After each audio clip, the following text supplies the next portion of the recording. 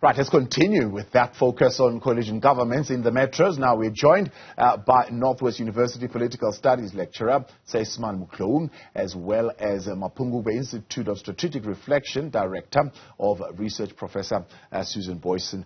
Good evening, good to have you, and thank you very much for your time tonight here on In Focus. As we speak, Professor Susan, Al Jama, a party with only 3 seats in the city of Johannesburg Metro, will lead the largest city in the country. Is this a sign of trouble, or is this democracy at play? Was this a democratic outcome? Oh, yes. This is a big question indeed. We know this is a tiny, minor political party, not just locally, but nationally as well. But all political parties have the right to form coalitions to jointly constitute a joint majority until they get that outright majority, 50% plus. They can swing the vote. And this is indeed a new part of South African democracy, to become used to the reality of coalition politics and the new type of majority that is being constituted. So yes, this is a tiny party, and one would certainly hope that the coalition parties will also be very specific about a coalition agreement, about what policies, projects, programs will be pursued by that constituted, manufactured majority. And so that is still within the domain of multi-party democratic politics. However, there are some variants that we've seen also being manifested in recent days that are not quite democratic. If we think, for example, of the deal that is pending, possibly, there's much talk about it, we have to see it being confirmed between the ANC and the EFF, which will give the EFF, with a small number of seats in, for example, the Ekurhuleni Metro Council, the control of that council through a type of passive coalition with the ANC. We do not yet know whose policies then will be implemented, but it is a big catchphrase of that coalition that the EFF will then be given that municipality to show they can govern. And that is less democratic. But if there's a joint agreement with an agreed public policy, shared public policy statement between the coalition partners, that is still rather quite democratic. Mr. Motloung, let's bring you here. This has led many people to say maybe having more seats in council, or even having more seats in parliament or in provincial legislature, is really useless. It doesn't really mean anything at this particular point, seeing how things are working. Yeah, Tabo, that is a good introspection, or rather perception, because we want to look into existing legislatures. The ANC in the National Assembly has had a majority. One would say, how did the ANC use that majority to transform society? Even at local municipalities, that governing party has had an extreme majority in some councils, but we still have a very poor service delivery. Now it brings us to think about coalitions, that if then political parties bring their 5 seats, 8 seats, 12 seats, eventually they go over a 50% threshold. They can now constitute a government, and possibly, because there are a variety of stakeholders and interest groups, they can ensure that the service delivery reaches a variety of people in the community. That is a very important observation, because it now says a coalition could be more motivated to deliver services than a political party that is comfortable with a majority. Prof, we hear from Kenny Kunene saying that, well, all parties have got faith in Thapelo Ahmed of Al Jama to lead the metro. I don't know whether it's political speak, or really it is because all the parties have got trust and confidence in the leadership of Al Jama. What is your take? I mean, is this, in your view, the most powerless mayor in history, as others would like to think, i.e. a mayor on a puppet string? Quite possibly, yes. He is absolutely dependent on a range of political parties. Otherwise, he is going to suffer the fate that is so common for metro mayors, and that is motions of no confidence. He will have to act with an eye on his coalition partners, on the political parties, on party politics, on pleasing people, on delivering to the bigger parties what they want. That coalition, his position is not possible without the support, tacit, and sometimes very explicit, of the ANC, for example, in that council. Our Action is a patriotic alliance. These parties are serious players in who, on any given day in the Johannesburg Council, carries the majority.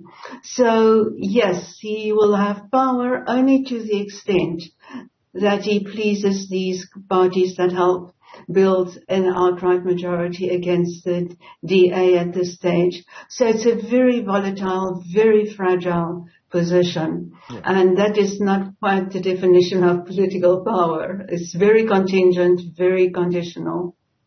It is becoming rather frustrating for a lot of the electorate, Mr. Motloung, in that a number of them are beginning to wonder what is it that would need to be tweaked here so that the electorate can have a higher voice, more influence by the citizens, and not concentrated so much in the political power and political parties and political bosses. Because, for example, what we are seeing in the city of Johannesburg, what we're seeing in Ekurhuleni, one can argue what we're seeing by and large even in eThekwini, where, of course, again on Tuesday there'll be another motion of no confidence. More than about governance, it is a jostling for political power amongst political bosses. I think we as a public have to understand this is in the nature of political parties to contest for power. That's why they exist. If they did not want power, they would have let the Mpho Palace to remain. They would not recall certain mayors in different councils. But because they are interested in power, this is what they do. Now, for us members of public, the important role that we can play is through civic organizations and participating in ward committees and other forums that where we can be able to monitor the expenditure of our budgets to put pressure on development. And the other aspect that I see many of us are not mentioning in the analysis of these coalitions is we put more emphasis on the political supervisors, your politicians, your ward councillors. We neglect the role of your professionals within the councils, the role of a municipal manager. What is it they are doing? Should we happen to have a mayor who dies, God forbid, tomorrow, are we saying a municipality will stop? I don't think so. It's now our focus to look at what officials do in the administration, because the politicians are only there to supervise and ensure that services are delivered to different wards, different constituencies. For me, it is not a crisis what's happening, because municipalities, based on our structure, are able to function effectively even though there is that instability in council. Well, one would argue, what good is the focus on the IDP if you are not going to be able to pass budget, because political parties are still not settled in who's going to be mayor and who's going to be speaker and who's going to be chief whip. Yeah, that is now the issue in terms of our institutional design. That is where the problem is, that we have representatives who should make this kind of decision. This is what we call political power. And this is what they are jostling for, to determine where resources are going, in which wards these resources are going. Therefore, they will now, having made this kind of decisions, monitor if administrators implement according to it. You are correct now. If there is that kind of disagreement, we end up with municipalities that are ineffective in the sense of passing budgets. But at this moment, when budgets are already in place, transitions of a mayor to another mayor within a financial year, it doesn't really make a big difference for me. Prof, you introduce in your article, in your piece, your opinion piece, something that is said quite often that, look, coalitions are not a new thing. Germany has been governing with coalitions for a long time. There are other countries in Europe and so on and so forth. So South Africa is not unique to this thing called coalitions. But there's a concept that you call constructive co-governance and how they manage to crack that and make that a fiber of how they run things. And it's almost built in now into the system. How did they manage that? Yes, indeed. You know, most countries have also really learned over time and acquired these lessons. In many other countries where coalitions govern successfully, it has become part of the political culture, institutionalized over many, many elections, that political parties accept that they are become the result of an election. They will, in all likelihood, have to negotiate and bargain with political parties, have to find potential and real partners then, with whom they can see eye to eye ideologically, with whom they can agree on policy programs for that term for which they are elected. And so there is a very constructive, successful coalition governments. There's a very successful agreement and parties feel bound by those agreements. They sign long negotiated agreements that detail so many other points, and those parties feel bound by it. And it can be stable government then, even if it's a coalition government. South Africa is still going through the growth pains of acquiring the taste for coalition government, and in the process giving it particular kinds of flavor. Exactly what we are also talking about here, and that is small political parties coming in with major political clout. We see currently it's quite a potent political culture taking place amongst the very small parties, they're arguing that as long as they have king-making power, even if they have one seat in probably a smallish council, or some of the bigger councils sometimes hinge on one seat, then they demand to have as much respect, as much say in municipal governments as the big parties, because it is their single seat in some cases, or a very small number of seats, that can tilt the balance of power in that council in a different way. So that is, South Africa is still growing into coalition culture, but our party politics is also quite unique in several respects, and definitely in this mutation that is going through at this time. So it's a very unstable process as we talk here. Of course, one also has to mention that many municipal governments are absolutely dismal, even if they are not coalition governments. So it's not just coalition governments that often take their eye off the ball and do not deliver, even if those budgets and IDPs are passed. There are often very, very dismal coalition and other majority government outcomes in these councils. And yes, an additional element of instability then definitely added by small political parties in South Africa's emerging culture, where practices of coalition cooperation are still being developed. And of course, just a small point to add to that, in South Africa it's also coming in the midst of potential big changes in party political balances. ANC, which has been overwhelming dominant party over a long time, its power is slipping, and more votes are being loosened up. Constituencies become available to other parties, and parties are going to scramble for that, and they are going to do what we also hear the EFF, for example, argue now, that they want to be in charge of Ekurhuleni to show that they can govern. For political parties come election time, to show, quote unquote, they can govern is a huge part of any coalition election campaign.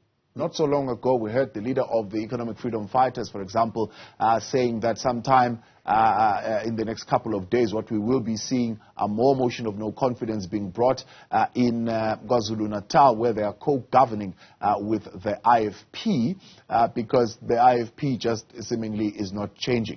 I mean, in a sense, using coalitions as a weapon to punish your political opponents.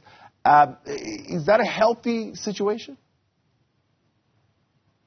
Yeah, Tabo, in a classic understanding of your coalition politics, we understand that there are these fractures, there are these dynamics where political parties, if they come into a coalition with very pedantic ideological views, they will not make a relationship work. Actually, it is important for political parties to, in a way, set aside their ideological adherences and focus more on programmatic issues that are material to communities, mainly providing services. Now, as what Prof said earlier, you see that politicians in South Africa are still power mongers. They want to prove a point. Even if you are a minor party in a council, you enjoy this thing of saying, we are now kingmakers. We make you feel that we can tilt the scales. And this is myopic in terms of saving, because when we look at a common good, the understanding is to provide services, to monitor if communities receive what they should be provided for. Now, if EFF removes a particular political party from council, the question is, if they were to be in place, will they make any difference? Will they do anything that other parties are not doing? So that is the test that I think EFF itself has not really come to be tested with, has not come to prove itself in terms of governance, which I think is important for them to be given that chance to prove themselves. Prof, let's talk about the issue that you raised around the inter-party truce that existed with the government of national unity, for example, earlier on in '94, the ANC and the Democratic Alliance, and why you are saying that it is absent today. What are the drivers that are leading to the absence of that inter-party truce? Yes, Thabo, indeed, in those early days of South African democracy, there was a determination to make a joint shared project succeed.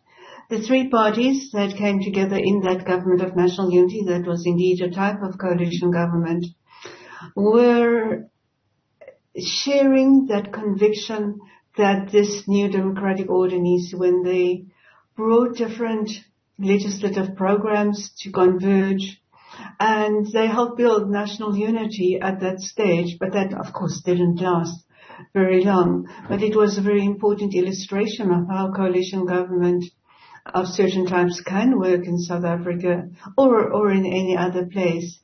But that shared sentiment of making a big joint project, a bigger mission, work to bring that to fruition. We don't have that so much today.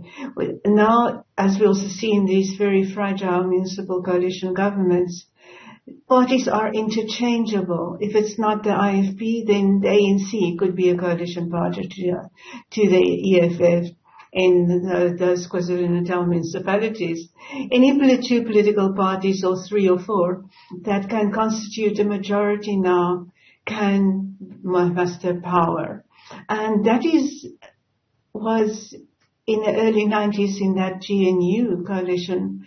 The balance between the parties was there. It was not a change of government and access to resources and control over who procures what from whom that was at stake then. It is a bigger national project. And they can also be bigger, and in this case small, that is at a local level.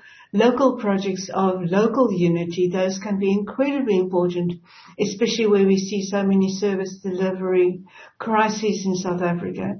But there is currently, I just do not see, if it is there, I'm not seeing it at this stage, that there is a sense of let's come together and build together and just deliver to the citizens. That is furthest in the minds, by all appearances, among these partners in volatile and shifting coalitions at the local level. Yeah. Mr. Motloung, you're saying even if we were to, as many of the coalitions were agreeing at some point, that our main goal and objective is to remove the ANC, they couldn't even get that right. Yes, and this also, I think, speaks to that lack of political vision that Prof has just spoken to now. that if one's wish is to remove the ANC, and now they've had an opportunity to maybe coalite in the absence of the ANC, that is what others could say, yeah, but politically you justify and say, but slowly but surely, look at what's happening now. The ANC is slowly coming out of power. Maybe by 2024, nationally, this will be happening. But they are not faithful on that aspect of saying, we will be a coalition that exists without ANC. And therefore, it shows that in terms of their programs or in terms of their ideological beliefs, they, in a way, don't see themselves as so much distinct from what the ANC is. If not that, it is an aspect of that power where we say, if ANC comes to them and says, we need your 3 seats to make a majority, and in return, this is what we shall give you. And that trade-off is mainly on what that political party will get. Look at Al-Jamaa now. Psychologically, it's a big win for them that they have a mayor in the biggest city in the country. Even though Al-Jamaa, we know historically they've collaborated with the ANC. But my point is that a small party, if it was approached by the likes of ANC, they feel important when ANC says, we'll collide with you and we will make you an MEC, we'll give you a mayoral position. They will really take it up because they are interested in showing themselves or occupying those positions of power instead of a particular political vision. Yeah. Prof, you're saying a goal, for example, that is to unseat the ANC is not a strong enough goal to join the parties together. Yes, indeed, that is, as shown, that is quite volatile. The micro-political parties and smaller political parties across so many councils, and we've seen it very well illustrated in the metros, they jump ship quite regularly, and we've seen these government changes come and go. Tshwane, Nelson Mandela Bay, eThekwini has been threatening in and out, and all kinds of possibilities coming to the fore there. And we see that there's really not progress going forward. Whatever is possible today, the opposite can be possible tomorrow. And that is possibly, we still have to see the evidence materialize, but the motivation behind the longer drawn-out negotiations that are apparently happening has been happening. We don't know the outcomes yet between the ANC and the EFF, trying to forge a more permanent coalition there, a stronger base one, if that is possible, if the EFF is then guaranteed to go along with the ANC, and not as we saw it just after the 2021 local government elections that the EFF formed out what we call a passive coalition with the DA by not voting or abstaining or sometimes not pitching, allowing the DA to govern even if they don't agree and don't want to be in an affirmative coalition with that party. So the ANC is trying to hook in the EFF at this stage, and that could even become successful because the ANC is declining. It's not going to be able in future to constitute its own majorities in a growing number of places. The EFF remains a small party. It has shown a small level of growth, for example, in the local government elections of 2021. But the EFF knows by now that it is not growing at any rate sufficient to make it a future governing party. And so there is that shared objective of mutual rescue between those two parties, ANC and EFF. And perhaps that is going to form the basis for a stronger, enduring and wider spread coalition in future. That is certainly what they're aiming at. And that could really change the balance of power, where many of the opposition parties have been assuming that ANC is disappearing out of power. Yeah. If it forges a bigger unison there, then we can see a different landscape in the future. The other issues that we cannot run away from, I suppose, is the elephant in the room, is the very public spat, for example, that you would have seen between the Democratic Alliance and the Patriotic Alliance, that by and large, is around how the Democratic Alliance interacts with majority black parties as part of the reason why there is this instability within these coalitions. Yes, I think in South Africa we bring that gradation of race.